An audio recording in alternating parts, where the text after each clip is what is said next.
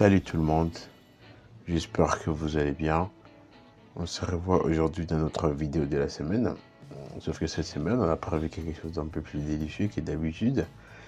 Et cette semaine, on va décortiquer ensemble le fameux Breaker Block Confluence avec Marketift. Il y a beaucoup de gens qui ont des lacunes sur ce point, notamment j'ai reçu vos messages. Et du coup, je me suis dit, pourquoi pas, on va faire une vidéo YouTube qui va tout simplement parler de ce point-là qui est très très intéressant.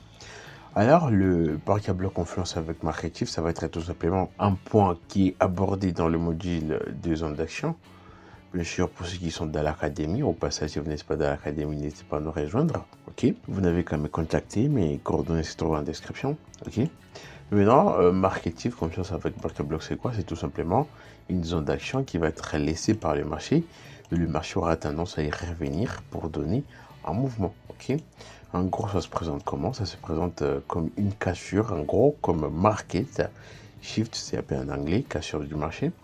Ça veut dire quoi? Ça veut dire que le marché va venir, il va casser un high ou un low, ok? Et puis, vous allez voir qu'il aura tendance à revenir tester sur ces highs ou sur ce low, ok?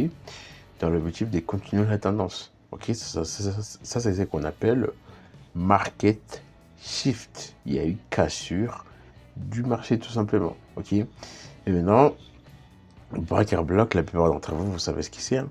Un Breaker Block, c'est une zone de polarité inversée. C'est en gros parce qu'il y a la même logique qu'un market shift, sauf que pour un Breaker Block, il va y avoir la même chose.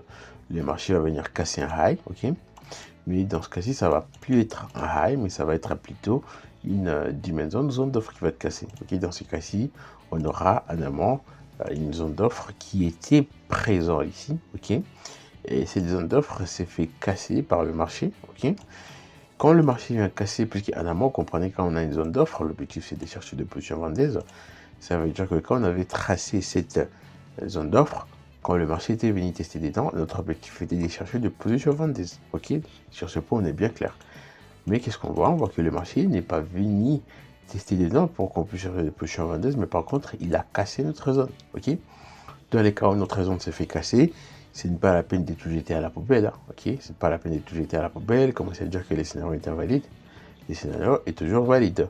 Puisque si vous cherchiez des positions vendeuses, ok, que le marché vient casser votre zone d'offre, ça veut dire que là, c'est pertinent de chercher des positions acheteuses. Et dans ce cas-là, votre zone d'offre va directement passer pour une zone de breaker block. Et là, vous comprenez que c'est presque la même logique ici. Sauf que maintenant, ça va être des choses qui vont aller ensemble, ok? Là où il y a market shift, il y a toujours breaker block, ok? Mais dans les sens contraires, ce n'est pas vrai. Là où il y a breaker block, il n'y a pas forcément market shift, ok? Mais partout, là où il y a cassure du marché, en amont, il y a eu une zone d'offre ou d'une zone qui était présente. Du coup, partout où vous allez voir un market shift, forcément, il y avait un niveau de breaker block.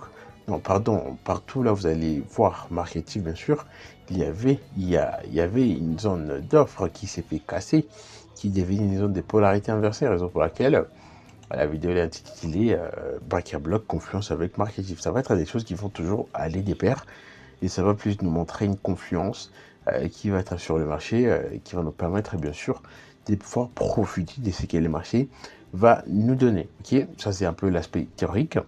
Marketing, c'est quand le marché il casse un high ou un low et il aura tendance à revenir tester dessus pour continuer la tendance. Ok, Breaker Block, ça va être une zone de polarité inversée. Ok, soit on est dans un flow bearish. Ok, et puis derrière nous on s'attend à acheter notre niveau de demand. Ok, on s'attend à acheter sur notre niveau de demand qui est ici. Hein.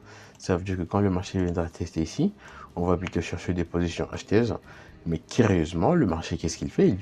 Il teste de notre niveau du Dimezone et il la casse. Ok, en cassant ce niveau du Dimezone, ce n'est pas fini. Ok, on ne va plus la jeter à la poubelle. C'est une zone de polarité inversée puisqu'il va passer par un niveau de break block. Le marché, il a tendance à revenir tester dessus pour continuer la tendance. Ok, et bien sûr, vous allez toujours y trouver un niveau de market shift. Raison pour laquelle je vous dis que partout là où il y a market shift, il y a breaker block. Mais partout où il y a breaker block, il n'y a pas forcément un market shift. Ok, on va sûrement le voir sur le graphique. J'espère qu'il y a la petite partie théorique. Vous l'avez très bien compris, puisque sur les graphes, ça va pas être du tout facile de les repérer. Ok, bien sûr, vous allez voir que le marché respecte ses niveaux trop souvent. Ce sont des zones d'action qui étaient là depuis la nuit des temps. Ok, des exemples, on peut en prendre même directement sur les gold. Vous connaissez que moi, je suis un grand lover du marché du gold. J'ai une strat qui est les gold, le V10.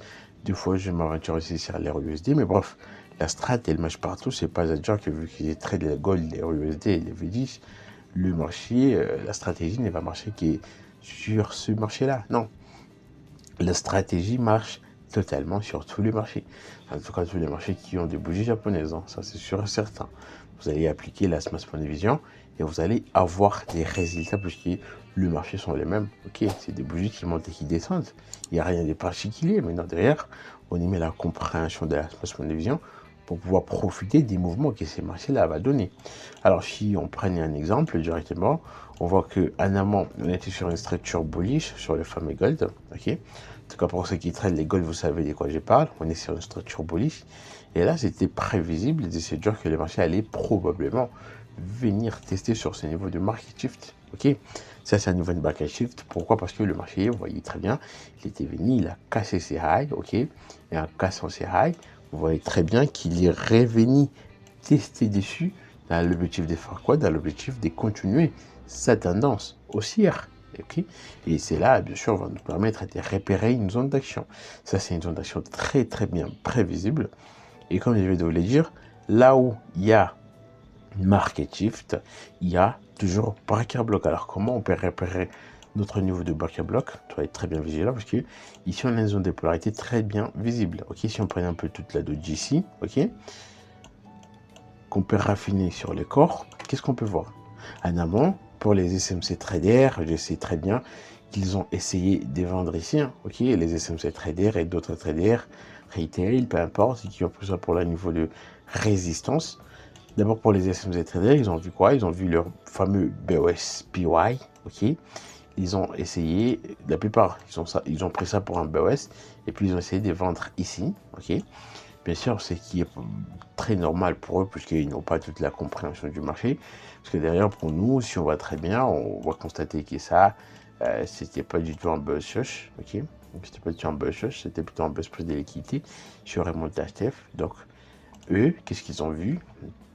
Le retail trading, les SMC traders, Smart Money Concept, ils ont vu quoi? Ils ont vu le marché qui était venu donner un shush ici, ok, notamment cassure de structure ici, et ici aussi, ok. Et puis qu'est-ce qu'ils se sont dit? Ils se sont dit, ok, on a nos BOS, du coup on va essayer de se positionner à vente quand le marché va venir tester à ce niveau de zone d'offre, ok. Et maintenant, regardez ce qui s'est passé, le marché il est venu, il a donné un petit mouvement, et puis derrière, boum, il a cassé, ok.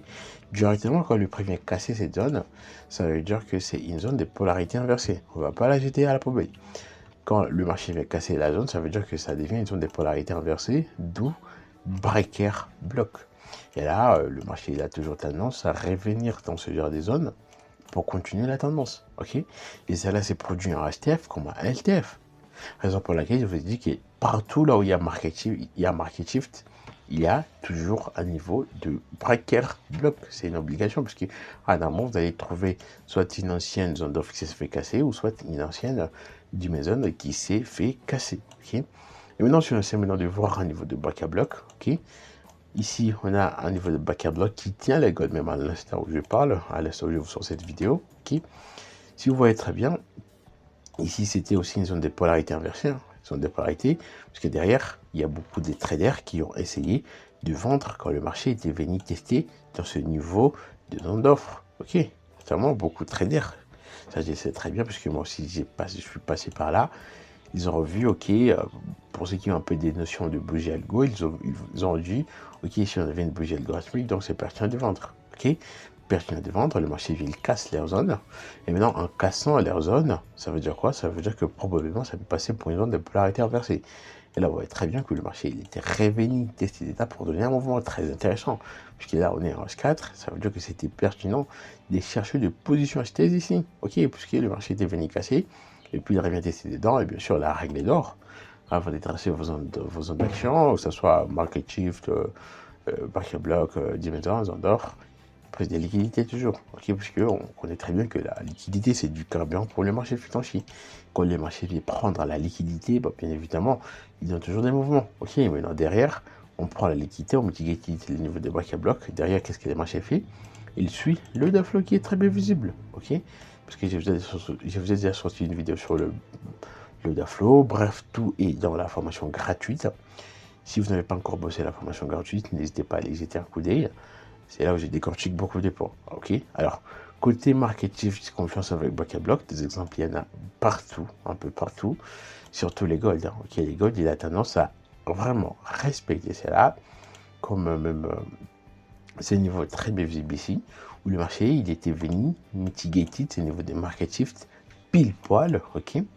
Toujours la règle d'or, prise de liquidité en amont, ok, il mitigated les niveaux de market shift. Quand il y a market shift, il y a quoi? Il y a toujours breaker block, puisqu'il y a d'abord, il y avait une zone d'offre qui était très simple de la sorte pour les retail traders, et puis il s'est fait casser. Derrière, il passe pour zone des polarités inversées. Les marchés, il était dedans, bon, il continue la tendance. C'est des zones d'action qui vont vraiment, vraiment tenir le marché et qui vont réellement donner des mouvements qui seront intéressants. Ok, si vous y prêtez attention, surtout les gold, vous allez voir qu'il a l'habitude de toujours réagir sur des niveaux de market shift. Si par exemple on prenait un peu l'exemple de toutes ces taux flow qui s'est créé ici sur les gold, bah, vous allez voir que c'était un jeu d'enfant, le niveau de market shift s'était fait mitigated. Ok. Finalement, on voit quoi? On voit que le marché vient, il teste sur ce niveau de market shift qui est très bien visible ici. Ok. Il teste sur le niveau de market shift, ça veut dire que forcément il y a un niveau de breaker block. Ok. Derrière, prise des liquidités toujours, ça c'est la règle d'or. Ok. On prend la liquidité. Avec cette bougie, signature de liquidité très bien visible, les marchés décollent. Encore une fois, on vient au mitigated sur ce niveau de market shift, confluence avec breaker block très bien visible ici. Le marché, il continue son flow bullish. Ok, même chose ici. Ici, à Damon, on avait plutôt une stratégie qui est un peu gardée pour le membre de l'académie. On avait une sorte de pont, ok, market shift qui était mitigated, d'où il a laissé une sorte de pont. Un pont où le marché était venu pour tester, l'objectif continuer la tendance haussière. Ok, ici aussi même chose, mitigation des niveaux de market shift qui s'était fait casser dans le passé. Ok, confluence, niveau de breaker block, très bien, visible. Ici aussi même chose, bref, des exemples, il y en a partout. Si on se mettait à décortiquer des exemples, croyez-moi, cette vidéo peut durer même, je sais pas, une éternité, parce que des exemples, il y en a vraiment partout. Niveau de market shift, confiance, breaker block, le marché pète à la hausse. Même chose un peu partout ici. Ok, market shift, visible ici, confiance, breaker block. Bref, le market shift, confiance avec breaker block, ça va être quelque chose de très très puissant, qui est fractal, bien sûr, quelque chose que vous pouvez repérer à STF comme un LTF. On voit très bien que là on est à NAS4, ok. Si on essaie même d'aller à lower time frame sur le gold, même en 3 minutes, vous allez voir que c'est quelque chose qui marche toujours, peu importe les time frames. Et il y a des traders qui ne se cassent pas la tête et ils se positionnent en fonction de cela. C'est quelque chose qui est totalement normal, hein. Sauf que bon, pour nous, on aime un peu la précision. On veut faire des choses qu'on connaît. Bref, on veut avoir les contrôles sur les tours. Hein, ok. Et, comme par exemple ici, on a quoi? Là, on est sur le prix actuel. On a niveau de market shift qui a été cassé. Confluence, breaker, bloc. Okay. On voit très bien que le marché, il est dessus et puis il donne un mouvement pour continuer la tendance haussière. Ça ne veut pas dire que ça va être des choses qui vont fonctionner en HTF, puisque en HTF, quand on va tracer nos niveaux de break à bloc, confluence avec market shift, vous savez très bien que ça va être pour repérer des zones d'action dans lesquelles maintenant on va attendre que les marchés puissent venir mitigated pour enfin nous donner des mouvements. Ça, vous le savez, c'est sûr et certain. Ok. Des exemples, il y en a partout, hein, comme par exemple ce flow ici, il était venu tester où sur ce niveau de market shift, ok, très bien visible, confluence avec FTF, ok. Bien sûr, ces notions est plus explicitées dans la formation, l'académie, ok, le mentorship SMV version 2.0. J'espère que vous y êtes, hein, ok, j'espère que vous y êtes. Si ce n'est pas le cas, n'hésitez pas à nous rejoindre puisque vous passez à côté de quelque chose. Il y a un peu des notions qui sont plus abordées, comme par exemple le fait qu'il y ait un niveau de marketing confluence avec back à bloc. Ça conflue aussi avec les niveaux de 10 mesures, zone d'offre, quand vous remontez HTF. Ça, c'est des notions un peu plus approfondies. Et là, vous voyez qu'il y a des personnes okay, qui viennent et se positionnent comme ça. Ok, je connais beaucoup de traders qui font ça, et bien sûr, ils sont rentables, c'est ça le plus important, vous positionnez comme ça, sauf que bon, là on va passer de nature, vous avez un stop loss qui n'est pas vraiment trop bien travaillé, mais l'important quand même, vous avez encaissé des dessous. Il y a des traders qui se positionnent comme ça, je connais beaucoup de traders qui font ça.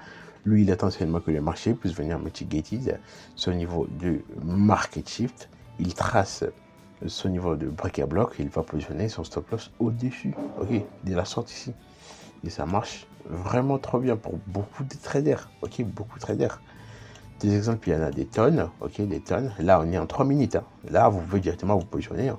C'est pour vous montrer que le niveau de market shift confiance avec le paquet bloc, c'est quelque chose qui est fractal. Fractal, ça veut dire que c'est quelque chose que vous pouvez bien sûr repérer en HTF comme un LTF, ok. Vous pouvez tout simplement le tracer en daily, ok. Comme vous pouvez aussi les tracer, je sais pas, en 3 minutes, ok. Comme on peut le voir ici, le marché, il était venu tester où sur ce niveau de market shift, ok. Confiance, market bloc, ok. Bien sûr, je ne vais pas aller maintenant en profondeur. Il y a des notions maintenant qui sont un peu plus approfondies. Comment repérer l'exact market shift back block où le marché viendra tester. Ça, c'est des notions un peu approfondies. Bien sûr, comment aussi repérer des fakes back block et market shift, puisqu'il y en a des fakes. Hein. Il y en a des fakes. Hein. Vous allez voir le marché qui ne va pas venir tester dessus. C'est comme, par exemple, ici, il y en avait beaucoup de fakes. Comme par exemple ici, on avait niveau de market shift qui est ici, ok, le premier niveau de market shift qui est ici, et vous voyez très bien que c'était un fake. Si vous aviez pu vouloir vous positionner ici, mettre un stop loss ici, bah, vous aurez pu un stop loss, ok. Maintenant, pour savoir le niveau de market shift confiance avec break bloc ultime, vraiment ultime, pour éviter des niveaux à la can, bah là maintenant c'est quelque chose qui est réservé dans l'académie, ok. N'hésitez pas à nous rejoindre, ok. Contactez-moi, mes coordonnées sont en description. Alors, ces notions, c'est très puissant en tout cas, sur tous les marchés. Gold, RUSD, GBP-USD, bref, sur tous les marchés. Si vous y allez, vous allez toujours remarquer qu'il y avait toujours cette notion de market shift, confiance avec pocket block. Et c'est là, c'est depuis la nuit des temps, sauf que c'est nous qui ne les savions pas, mais c'était là, ok, c'était toujours là. Le marché vient, il casse ses lots, ok, et puis bon, il était dessus. Ici en amont, il y avait quoi? Il y avait du Maison, puisque bien sûr derrière, on a été tenté d'acheter des dents, ok, on a été tenté d'acheter des dents. Derrière, ok, si on achète ici, derrière, il n'y a pas de problème, on se prend en stop loss ou en break-even. Derrière, quand notre niveau s'est fait casser, bah, on est consciencieux que ça va passer pour une zone de polarité inversée. Quand ça va se faire casser, on va plus dire, ok, les scénarios n'ont plus d'actualité. Non, il s'est fait casser, on connaît que ça peut potentiellement passer pour une zone de polarité inversée. Le marché vitesse dessus, bon, il donne un mouvement. Et c'est comme ça que le marché fonctionne constamment. Ça, c'est une des zones d'action. Ok, vous comprenez qu'il y a des zones, zone d'offre, bien sûr, market block avec confiance market shift. En gros, c'est tout ce qu'il faut savoir sur ces points. Ok, c'est une petite notion que beaucoup de gens ne connaissent pas. Je reçu beaucoup de suggestions là-dessus, déjà qui me demandaient que j'ai pu un peu éclaircir sur le Dimension, le market block confiance avec market shift. Je me suis dit, bon, pourquoi pas, puisque derrière, l'objectif de la chaîne, c'est de partager qu'il y a des plus-values. Donc, si ça peut vous aider à encore mieux comprendre les marchés, bon, pourquoi pas. Ok, du coup, vous avez la vidéo. Si vous l'avez kiffé, bien sûr, faites-moi plaisir aussi. Hein. N'hésitez pas à liker, ok, puisque bon, beaucoup de gens n'aiment pas partager ces informations sur YouTube. On va dire qu'il y a des gourmands qui gardent ces informations pour eux seuls, ok, mais bon. L'important derrière, c'est vraiment m'assurer que beaucoup de gens puissent en profiter, puisque ce genre d'informations, ça vaut des l'or. Beaucoup de traders utilisent ces stratégies. Hein. Lui, il va venir, il repère son niveau de market shift initial, ok, confiance back à bloc. Le marché, il s'est positionné dessus. Hein. Ils font des jolis RR, des jolis trades même. Derrière, maintenant, si par exemple vous positionnez un peu de la sorte, il suffit d'y mettre un peu plus de last mass money vision, vous raffinez votre point d'entrée. Hein. Mais mon mentor, des fois, il prend des trades pareils, il vient se positionner ici, il descend en LTF en fonction des éléments qu'on va retrouver, puisque pour nous, vous comprenez qu'avec last mass money vision, on n'a pas besoin de 1000 éléments pour trader, on a seulement besoin de la compréhension du marché, ça vous le savez sûrement. J'ai pas besoin d'indicateurs, j'ai pas besoin, je sais pas, de machin trick, non. J'ai seulement besoin de voir les bougies, je vois justement la structure, la liquidité, ainsi de suite, et je trade. Et du coup, là, on descend en LTF, ok. Vous repérez un peu les informations que le bougie va vous donner, hein, ok. Et bien sûr, vous positionnez de la sorte, c'est possible, c'est très possible, parce que bon, je ne fais pas ça trop souvent. mais j'ai connu beaucoup de gens qui font ça. Et c'est vraiment impeccable comme style de trading, parce qu'il y a beaucoup de gens qui l'utilisent. Et on peut dire que ça marche plutôt très bien. Ok. Du coup, là, je suis vraiment à la fin de la vidéo. C'est une pépite. J'espère vraiment qu'elle va vous aider. Ok. Du coup, si vous voulez apprendre un peu plus sur tout ça, il y a l'académie qui est là. Oups, désolé, j'avais oublié, hein, il y a une offre disponible. Il y a une offre disponible depuis les 15 mai jusqu'au 31. Mais j'ai craint que cette vidéo, je vais la publier et l'offre ne sera plus valide. Bon, désolé. Mais il y a une offre des moins 50% sur l'académie.